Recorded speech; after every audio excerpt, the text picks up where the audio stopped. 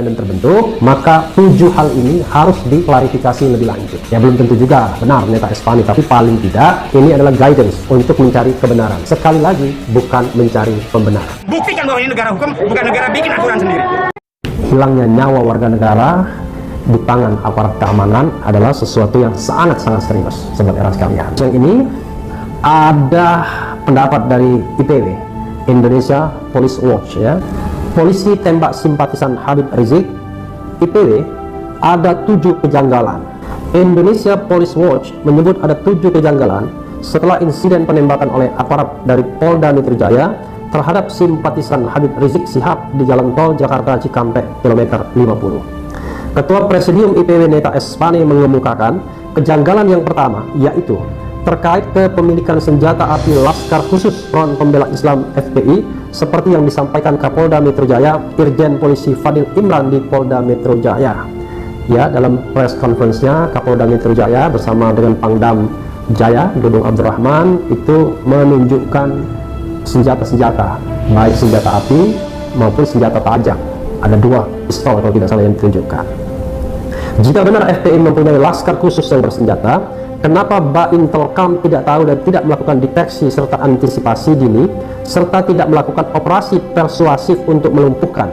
Tutur Neta dalam keterangan resminya di Jakarta Senin 7 Desember 2020. Kejanggalan yang kedua, kata Neta, apakah tim penyidik Polda Metro Jaya sudah menerapkan SOP, ya, Standard Operating Procedure, ketika menghadang kendaraan iring-iringan yang tengah mengawal Habib Rizik Syihab di jalan tol Jakarta Cikampek kilometer 50? Mengingat polisi penghadang mengenakan mobil dan pakaian preman, kata Neta, artinya tidak sedang bertugas sebagai polisi lalu lintas, ya.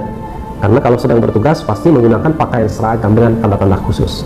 Kemudian kata Neta, kejanggalan yang ketiga, tim penyidik Polda Metro Jaya harus membuktikan apakah benar Laskar Khusus FPI menembak lebih dulu. Nah, ini justru juga menjadi pertanyaan semua pihak, karena yang ada adalah klaim dari masing-masing pihak, dari Polda Metro Jaya sebagaimana disampaikan Kapolda, dan tentu berdasarkan laporan anak buah di lapangan, ya. Dan tentu saja laporan seperti itu bisa benar bisa tidak karena melibatkan diri sendiri. Tapi FPI memiliki versi lain. Nah, versi itu diuji.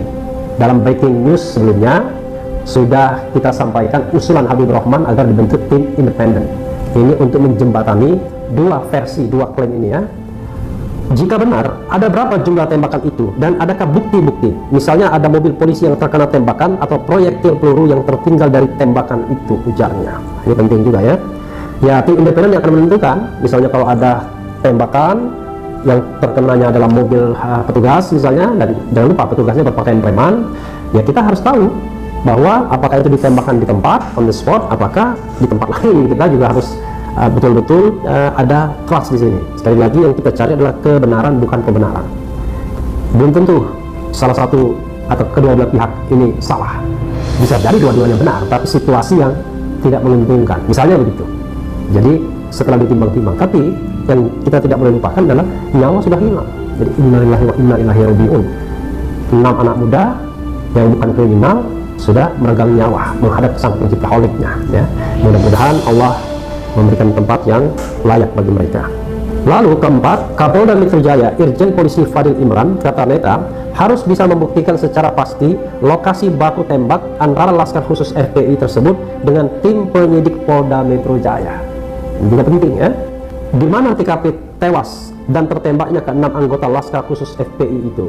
Karena menurut rilis FPI, ke-6 anggotanya itu diculik bersama mobilnya di jalan tol, tutur Neta. Kejanggalan kelima, menurut Neta, ke-6 orang yang diduga Laskar Khusus FPI dan ditembak mati tersebut bukanlah anggota teroris. Nah, ini penting, mereka bukanlah anggota teroris. Sehingga tim penyidik Polda Metro Jaya harus melumpuhkan terlebih dulu, bukan ditembak mati di tempat. Jadi doktrin kepolisian, karena dia adalah perlindung dan pengayom masyarakat, selain keamanan dan ketertiban masyarakat serta penegakan hukum, ya kalau melepaskan tembakan, ya pertama tembakan peringatan dulu.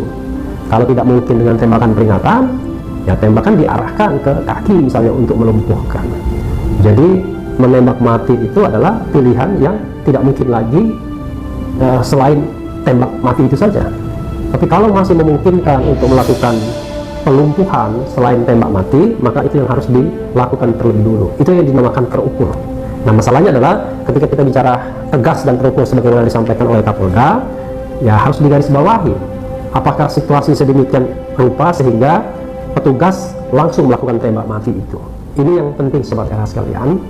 Dan sekali lagi kita mencari kebenaran, bukan kebenaran masing-masing pihak. Jadi kuncinya adalah di tim independen tersebut. Jadi bukan soal pro dan kontra. Siapa yang salah harus dikatakan salah, yang benar ya harus dikemukakan. Tapi jangan lupa, di antara benar dan salah itu adalah ada sisi kemanusiaannya, yaitu jatuhnya 6 korban jiwa, anak-anak bangsa warga negara Indonesia yang bukan melakukan tindak pidana, ya.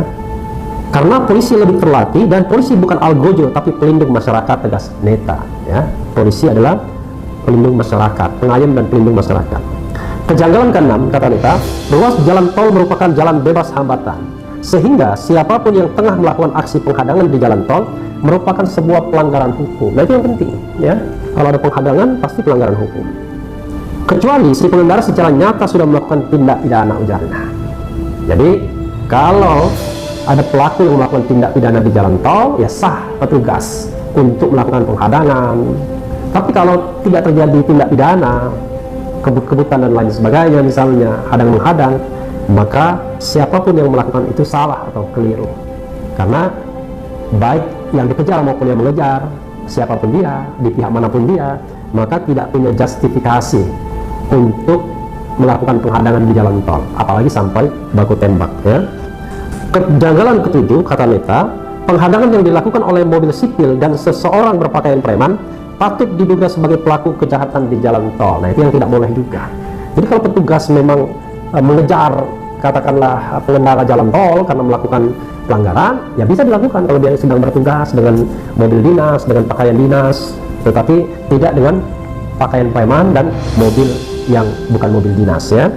Mengingat banyak kasus perampokan yang terjadi di jalanan yang dilakukan orang tak dikenal.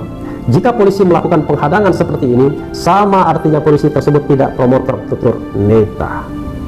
Jadi sobat era sekalian, tanpa harus menyalahkan siapapun, ya, apakah Polda salah, apakah petugasnya itu yang salah, ataukah Laskar FPI yang keliru atau salah, yang jelas adalah 7 poin dari Neta Espane ini perlu digarisbawahi.